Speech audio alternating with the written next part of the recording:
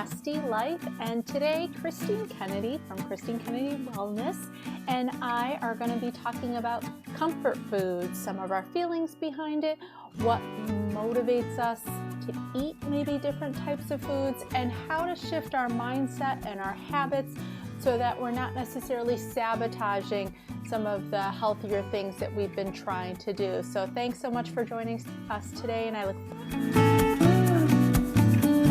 Hi, I'm Daniela from Bestie Life, and I'm with Christine Kennedy of Christine Kennedy Wellness.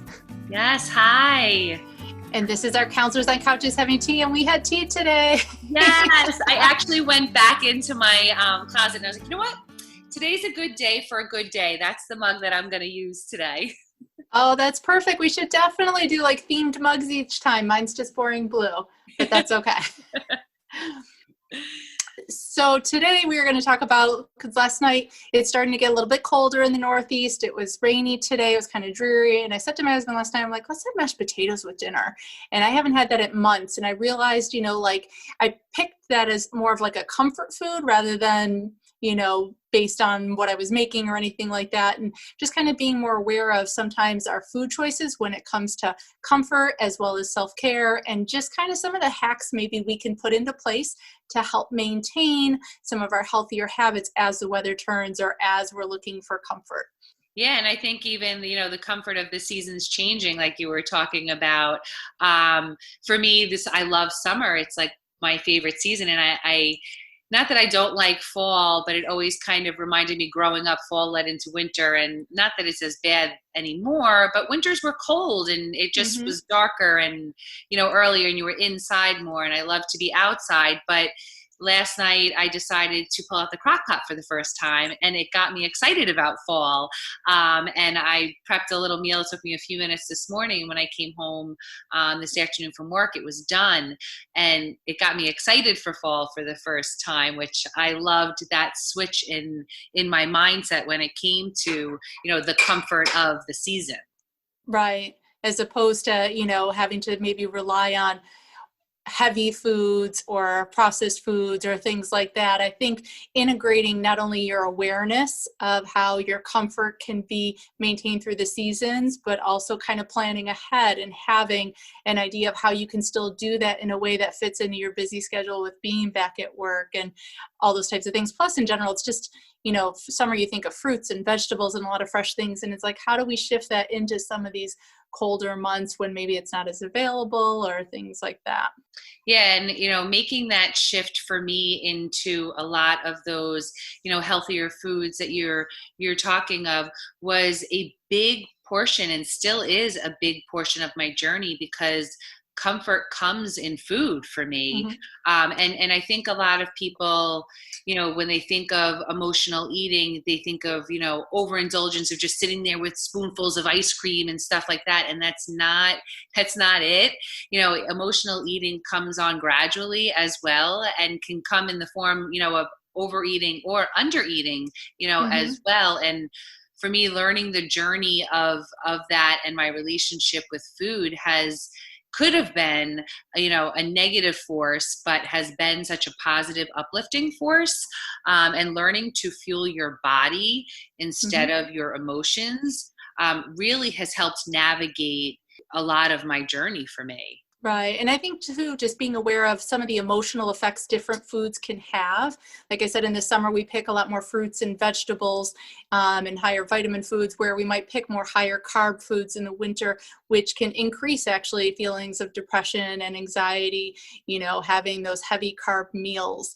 And so just that emotional connection to the actual foods we're eating, as well as the emotional feelings we have going into the meals that we're picking in those foods, all ties together. And like I said, sometimes now that we're back in school, the kids have, maybe different activities going on. And it's like, we don't have that pre-plan of what am I going to make? What am I going to do? It can very easily I'm just going to grab this on the fly. I'm going to order out. I'm going to do these things that aren't as intentional as maybe we would like them to be. And then we're not as intentional in the effect they're going to have on us. We don't have that control anymore. And I know we touched on that last week. Yeah. And I think, we oftentimes go to the food, but emotions are going to come and go all day long, like you said, especially with all of the stressors that we have going on, and having the food prepped enables me to focus more on the emotion and enables others to have more control of that. And when you're eating those lower foods from the different food groups, you're then going to start spiking as well with your energy level.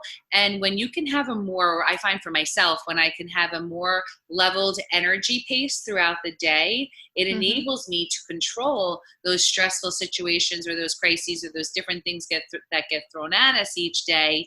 And when you start to tweak the way you're viewing the food, like, okay, I got this covered. I got, my emotion, my body's going to be this way all day.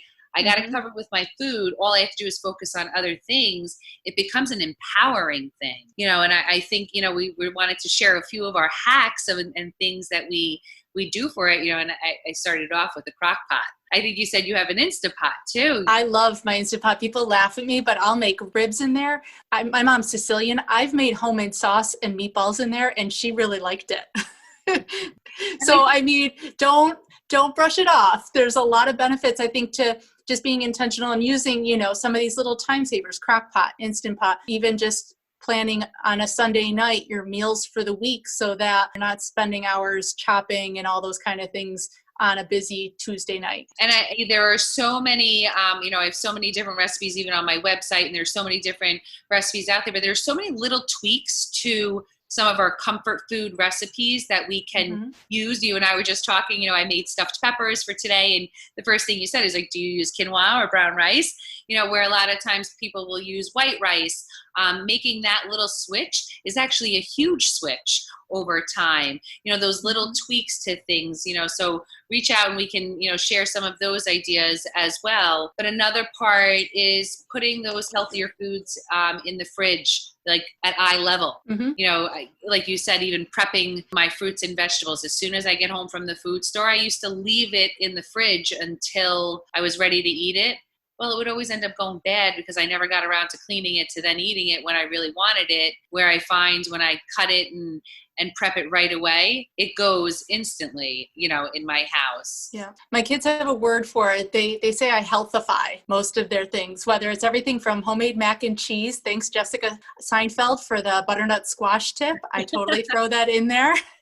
And even their friends don't realize it half the time, that I'll use whole wheat pasta, butternut squash, I'll find different ways. I'll use applesauce instead of oil when I bake, or Greek yogurt. And just finding little, like you said, little hacks, little ways to do something so that I feel better about the choice that I made, or the food that I'm feeding my family. And I think some of it comes to even modeling a little bit too for my family, even though they joke that I healthify it, they, I think, appreciate too, though, knowing, and they are conscious of it then when they go to cook things as well, of, what am I putting in this food and what am I putting in me? Yeah, my husband and I were just saying it was so cool. This year we started to have our kids take on the habit of making their own lunches. So we don't have to have the fight every day when they came home that they didn't like what they put in there or whatever, complaint they had about it.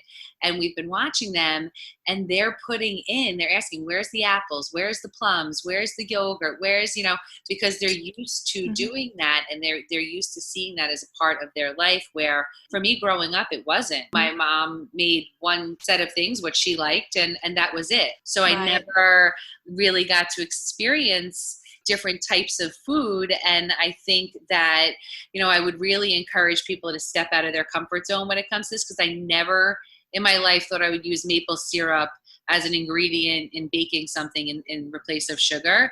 And it's amazing. Yeah, it's so good. Or agave is really good. Yeah. So there's so many different options and things that are out there for us that we can use and tweak. And we'd love to hear some of those different ideas from you as well. If you have an amazing recipe that you like, please share it with us. And as I said, we'll be more than happy to share some different ones with you too. Absolutely. So hopefully this sparked not only maybe your interest or enthusiasm in planning your meals for the week, but also your awareness to how you're feeling when you're picking some of the meals, or how you feel afterwards, so that you can have a little bit of insight into that. And like Christine said, we definitely would love to hear some of your favorite go-to recipes or easy meal hacks, as well as let us know what you think. If there's more information you want to get from us, let us know. Christine's got a great website with a lot of healthier recipes and tips. If you want to share that, get that out to everyone. And yes, if you just go to ChristineKennedyWellness.com, there's a whole bunch of Fix approved recipes there, clean recipes, desserts. I'm a dessert person too, so finding those little tweaks in that area has been a game changer for me as well. So like we said, we'd love to hear more from you, and Danielle, I can't wait to chat more next week. absolutely. Thanks. I'll talk to you soon. All right. Bye-bye. Bye.